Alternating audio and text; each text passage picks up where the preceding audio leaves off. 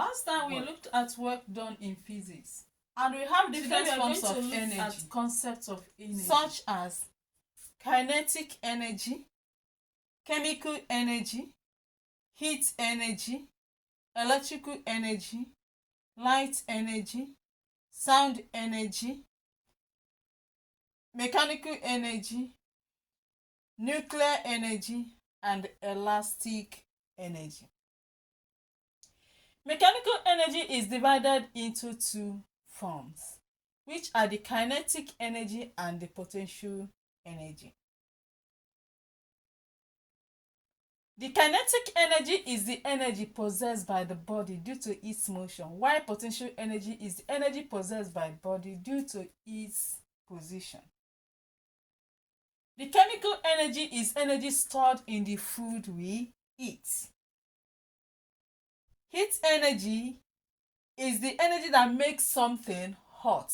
It is developed in steam engine, cars, and the rest of them. Electrical energy is the energy that travels in wire, which we use to drive car and other mobile engines.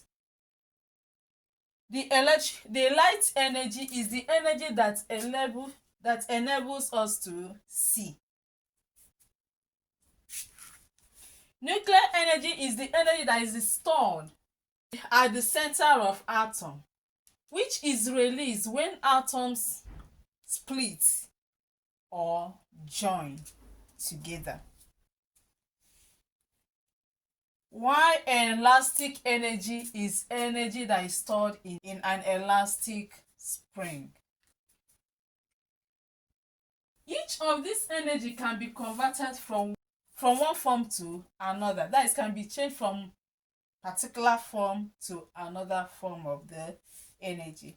Take for instance, the energy in the food that we eat, that is the chemical energy, gives us the ability to work.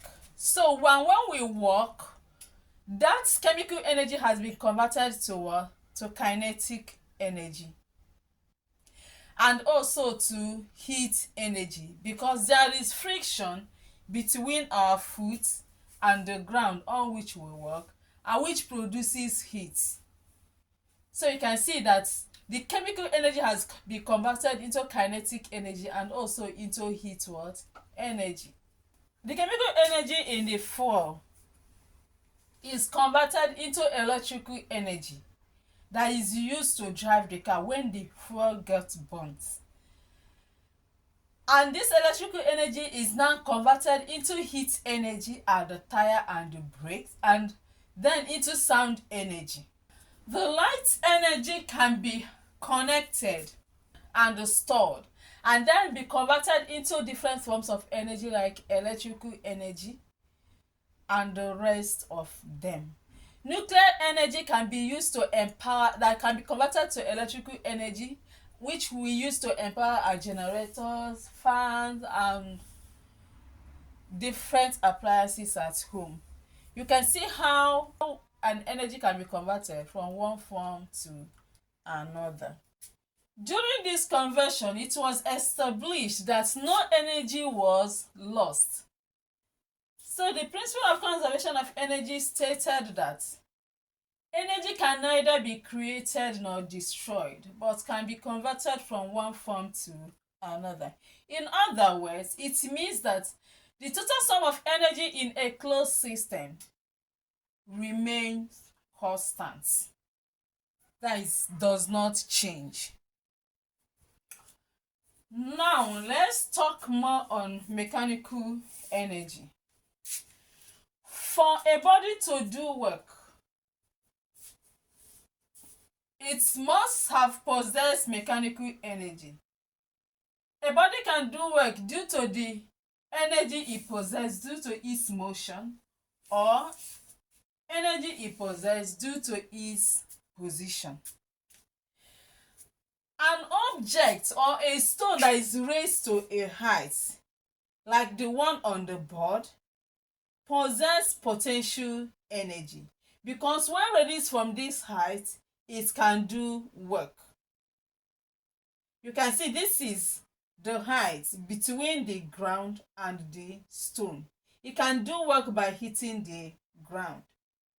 And the energy possessed by the work done by this stone on hitting the ground is equal to the energy, the potential energy it possessed at this position of the height. So it means that the work done here, I use W to denote work done, is equal to what? mgh. While m is the mass, g is the gravitational force, and h is the height. Remember that this work is done under what? Gravity. So the energy possessed by this stone is gravitational potential because it's under gravity. Why did we say so? In the previous lesson, we established that work done is force equal to force times distance, which is what? Force times distance. And the force here, since the work done is under gravity, the force here is the mg. And the distance traveled is the height, because this is the distance the stone traveled from this particular point to the ground, and that is the height it's traveled. So that is the reason why we say that the work done here is equal to mgh. Okay, let's consider the example on the board, which says that a body of mass 100 kg is released from a height of 20 meters. Calculate the energy with which it strikes the ground. Here, the energy possessed by this body is what? Potential energy, which is equal to mgh. So when the mass is 100 kg, the height is 20 meters, and the gravitational acceleration is 10 meters per second. So substituting these values in the equation, we have that mgh is the same as 100 multiplied by 10 multiplied by 20, which gives us 20,000. Remember that energy, the unit of SI unit of energy is the same with that of work done.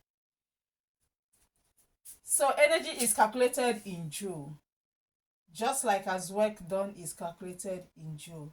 So we have 20,000 joules, which is the same as 20 kilojoule, because 1,000 joule is equivalent to 1 kilojoule.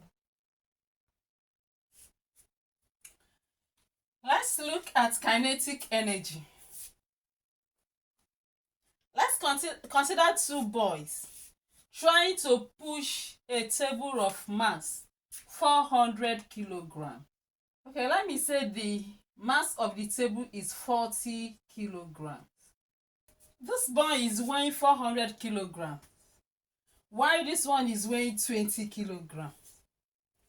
You can see that it's expected that this person can easily push this table down within a twinkle of an eye. But this one, no matter how he pushes this table, from now till next year, the table will not even shake. It will remain stable, stagnant where it is, because the weight of the boy is far below the weight of the table. It cannot do anything to this table, no matter how he pushes.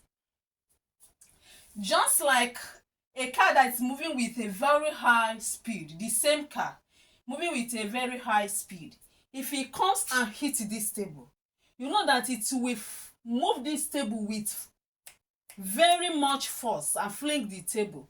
But one that is coming with a very low speed may just come and push the table small, slightly tilt the table, or may not even move the table much.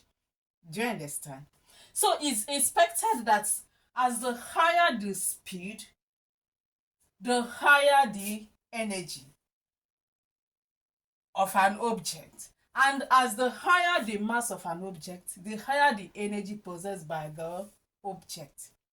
Now, for us to drive a formula for kinetic energy, let's consider an object a moving object that was acted upon by a force, frictional force, that makes its speed to reduce. So the motion of the object was retarding gradually until it comes to rest.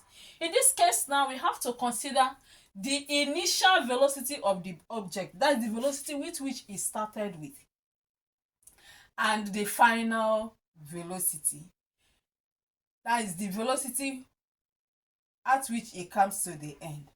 Now, the initial velocity, the object started as in it was at rest initially. So its initial velocity will be considered as u, which is equal to 0 because it was at rest. As it started moving, it moved with a velocity what? V, with which it comes to rest again. In this case now, remember that we know that speed is distance over time, right? Now, if we want to find out the distance traveled by this object, speed is distance over time. So if we want to get the distance that this object then covered, the object in motion covered, it means that the distance is equal to speed times what? Time, multiplied by time. Denoting v as our speed, we know that speed is equal to distance over time, right? So, but we denoted distance here as what? With what? S. So therefore, distance now is equal to the velocity, which is the speed, multiplied by time. So in that case now, our velocity, which is the speed, is not just one because the object had two speeds. So in this case now, we have to take the average speed of the object, that's the initial speed plus the final speed divided by 2. So in that case now, S, which is the speed, will be u plus v divided by 2. Okay? Then multiply by t, because speed we said, distance we said is what? Speed multiplied by time. So if this is the speed, which is initial velocity plus final velocity divided by 2, then multiply by the time t. That is exactly what we have here. So since the object started from was at rest initially, it means that its initial speed is 0, and that is this. So the summation of everything will now be 0 plus v, the final speed, divided by 2 multiplied by t, and that will give us that.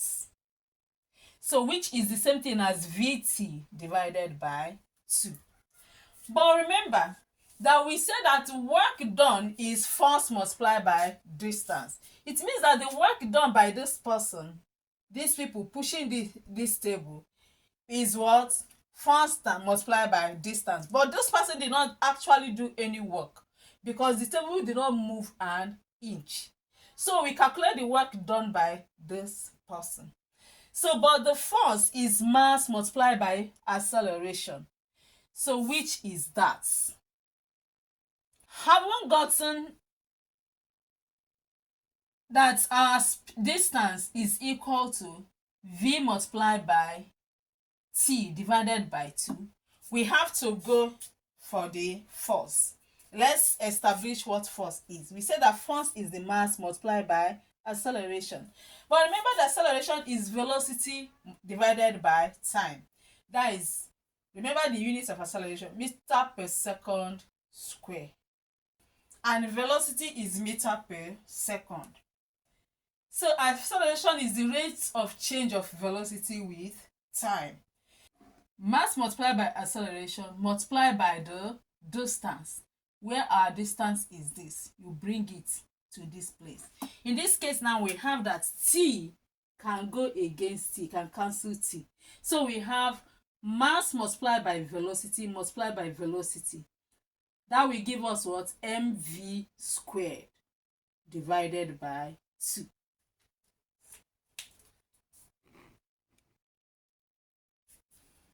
So, and this is the same thing as half mv squared.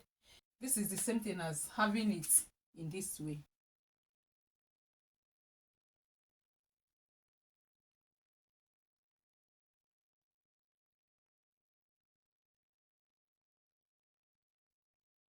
Right? This multiplied by this will give us what? mv squared. 1 multiplied by 2 will give us 2. So half mv squared is the same thing as mv squared divided by 2. I hope it's not confusing, right? So, but remember that we say that energy is the ability to do work. So the higher the energy the person possesses, the more the work the person will do. So if the work done is equivalent to half mv squared, it means that the kinetic energy, that is the energy possessed by the body due to that motion, is the same thing as that mv squared. So the formula for kinetic energy, Ke, is equal to half mv squared. Okay. Let's consider this example. A bundle of mass 20 kg moved with a speed of 40 meters per second. What was its kinetic energy? Remember, we have already established that kinetic energy is half mv squared. Here the mass is 20 kilograms. And the speed, which is the velocity, is what? 40 meters per second. So the kinetic energy is half m, which is 20, multiplied by v, because we have mv squared. So you have to multiply this into 2. So which is 40 multiplied by 40. And when we do that, 2 into itself is 1, 2 into 20 is 10. 40 multiplied by 40 will give us 1600, multiplied by 10 will be 16,000 joule, which is equivalent to 16 kilojoules. So let's consider example 2. A stone of mass 50 kilograms was fired with a speed of 210 kilometers per hour. Find its kinetic energy. The kinetic energy is equal to half mv squared. The mass is 50 kilograms and the velocity is 210 kilometers per hour. So we have to align the units before we start our calculation. You can see that this is in kilometer per hour, but it's supposed to be in meters per second. So we have to do the conversion before we will start. Remember, to convert kilometer per hour into meters per second, you multiply by 1000 and divide by 3600. And that is exactly what I did here. So I said 210 kilometers per hour multiplied by 1000 divided by 60 multiplied by 60. This 60 multiplied by 60 will give us 3600. So, and that gave us what? 58.33 meters per second. Then we substitute into the value we have. Substitute into the formula. We have that half 50 multiplied by 58.33 multiplied by 58.33. That will give us what? 85.06 joules, which is approximately 85 joules. Okay. Now let's look at the concept on conversion of kinetic energy to potential energy, or potential energy to kinetic energy. If you consider the previous example we gave when we were talking about the potential energy, we said that an object or a stone raised held at a height possess potential energy, because when you release the stone will do some work. At the point the stone was released, that is falling down from that height, the potential energy possessed by the stone is being converted to kinetic energy. And at the moment that that stone strikes the ground, all the potential energy might have been converted to the kinetic energy. It means that at any point of the level of the motion, that the amount of potential energy lost is equal to the amount of kinetic energy gained. Are you really understanding what I'm saying? So remember we said that energy can neither be created nor destroyed, but can be transferred from one form to another. So it means that the kinetic energy at a particular point of the motion, the kinetic energy plus the potential energy here is equal to the kinetic energy plus potential energy at the other point of the motion. Are you really understanding what I'm saying? So in this case, the kinetic energy plus potential energy at any point is equal to constants. So if EP is the potential energy plus what? EK, kinetic energy, is equal to constant, does not change. So it means that the kinetic energy at any point is equal to the potential energy, because as it's moving, the potential energy is being converted to kinetic energy. So the potential energy lost is equal to the kinetic energy gained. Is it clear? A simple example of that can be illustrated by oscillation of simple pendulum. Simple pendulum, you can see the where it's suspended with the bulb. So such that this is the resting position, such that when this bulb was displaced from here to point A, it moved back from A to this point R, which is the point of beginning. Then from the point R to point C, before it comes back to the resting position, that is the starting position, and move to A. So you can see that considering at the point, the beginning, that is the resting position, this point here, there is no height. The ball is just at this point. But at this point now, tracing this level, you see that the height is at maximum here. Can you see? The height here is this, is increasing, but at this point the height is at maximum. This is the maximum height.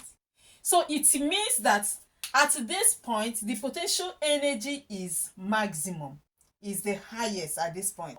This ball now that is at position, if you displace it, it will now possess kinetic energy. Do you understand? And this kinetic energy is now being converted into potential energy. The kinetic energy is changing into potential energy until at this particular point, all the kinetic energy has been changed completely to potential energy. It will have the highest potential energy here. But remember that at this point, the ball is no longer moving. It's just at that point, moving at that point, it's trying to change its what? Direction. At this point, the velocity is 0. because the ball is no longer accelerating.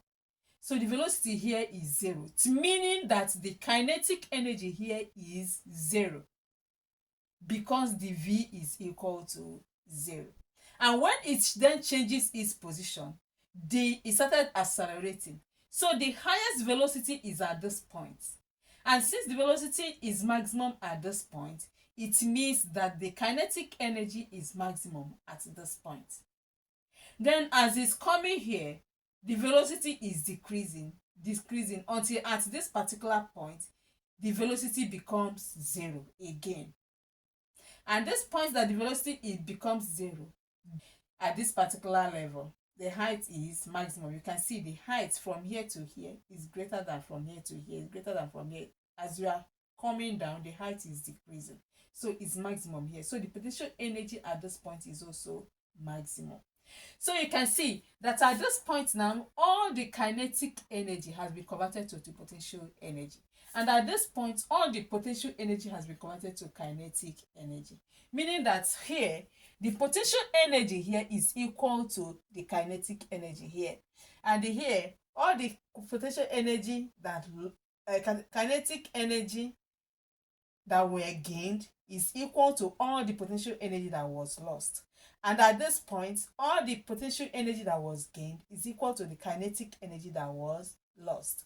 So if now at any particular point, the potential energy loss is equal to the kinetic energy gained, or the kinetic energy loss is equal to the potential energy gained, we will have that at any point of this motion, EP is equal to EK.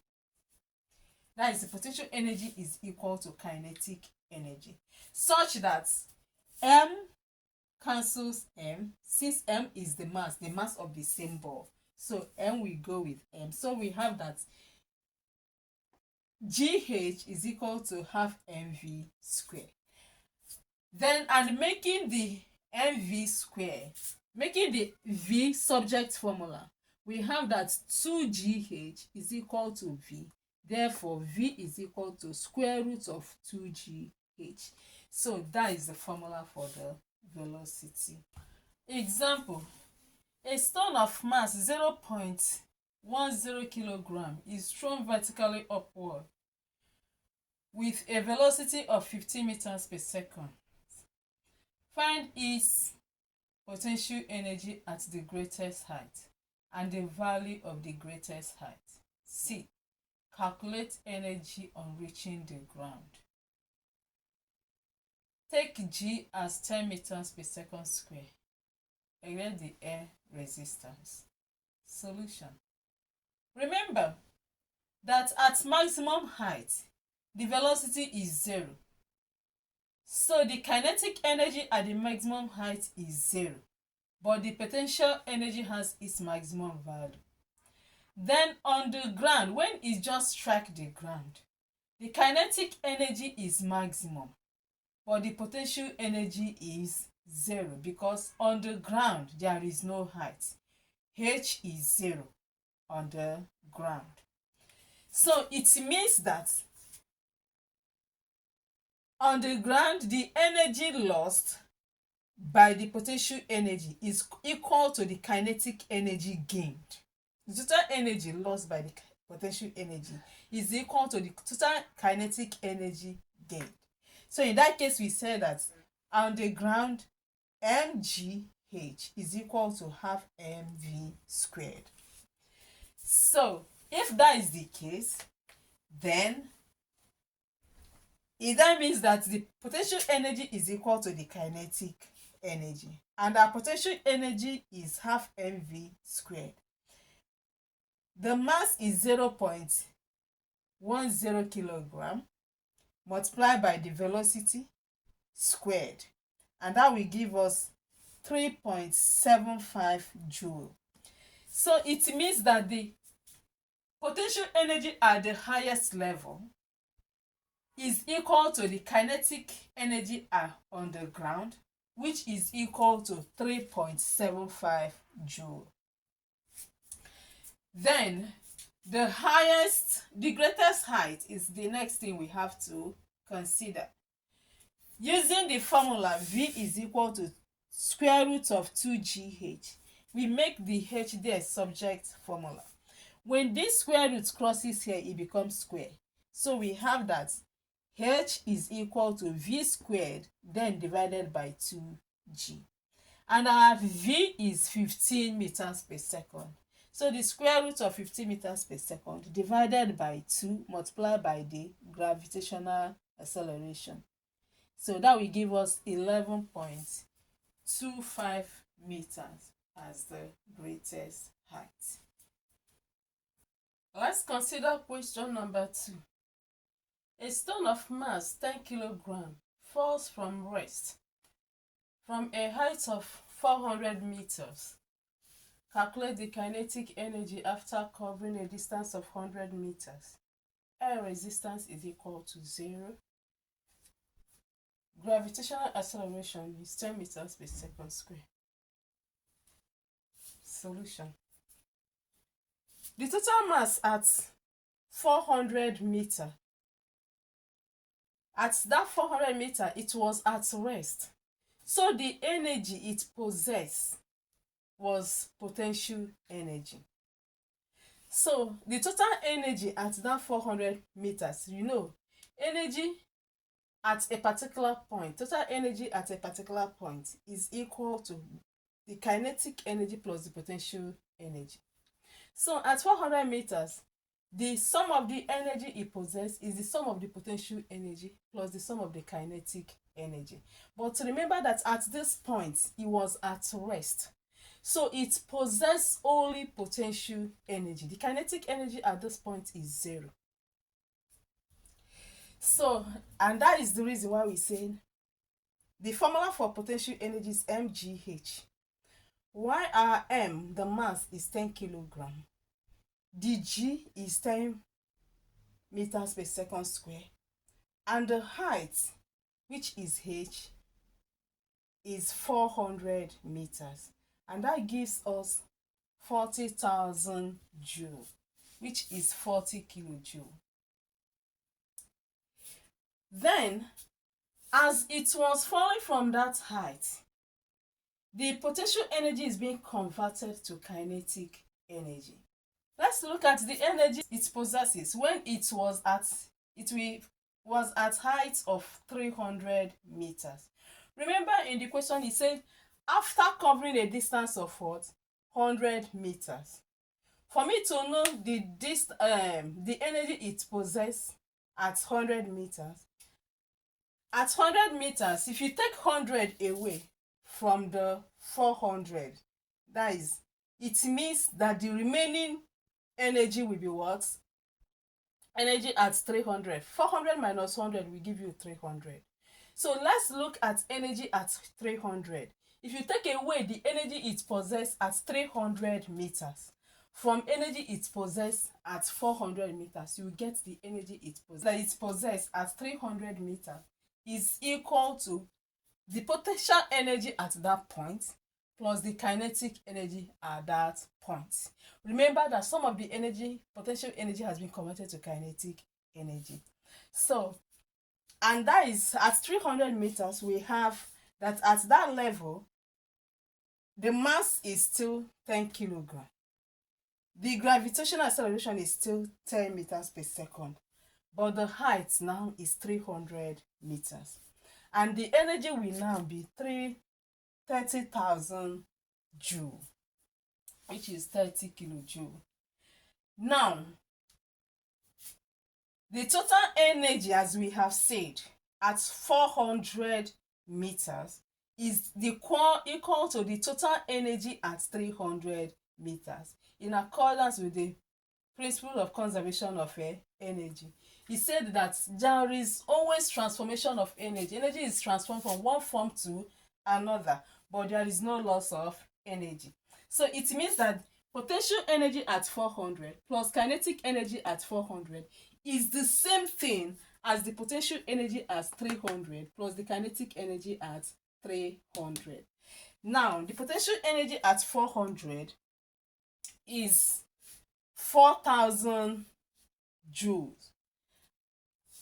But the kinetic energy at 400 is 0 because it was at rest.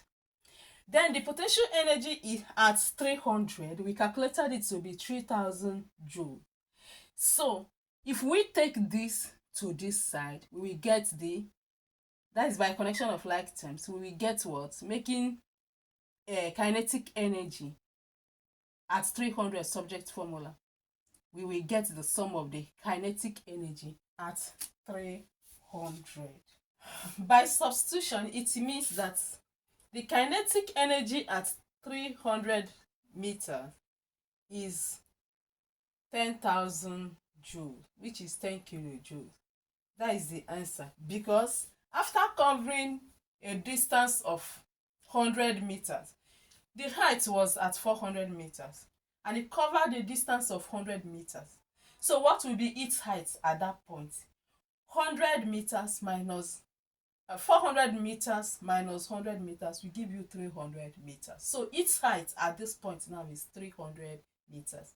And the kinetic energy at 300 meters is 10 kilojoules.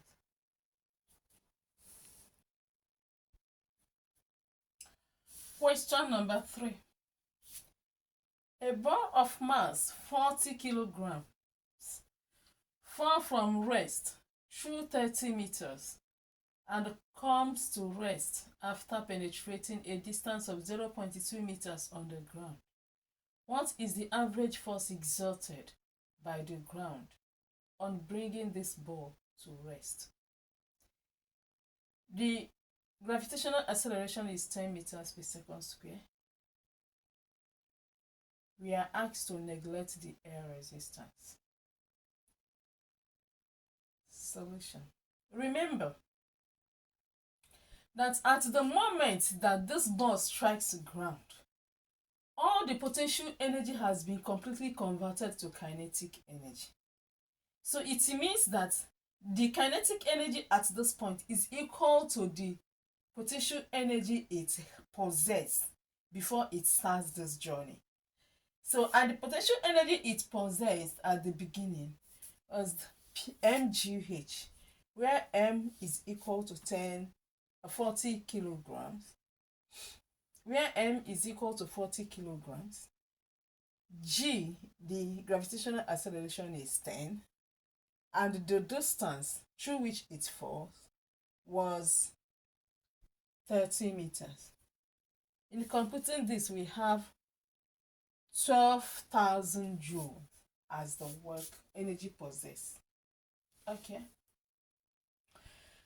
Then this energy, this kinetic energy now, is the energy it used to penetrate the ground.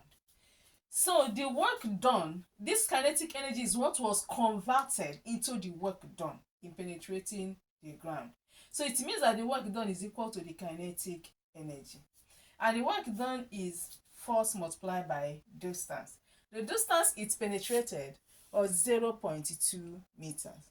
So we have force multiplied by the 0.2 meters is equal to the 12,000 joules.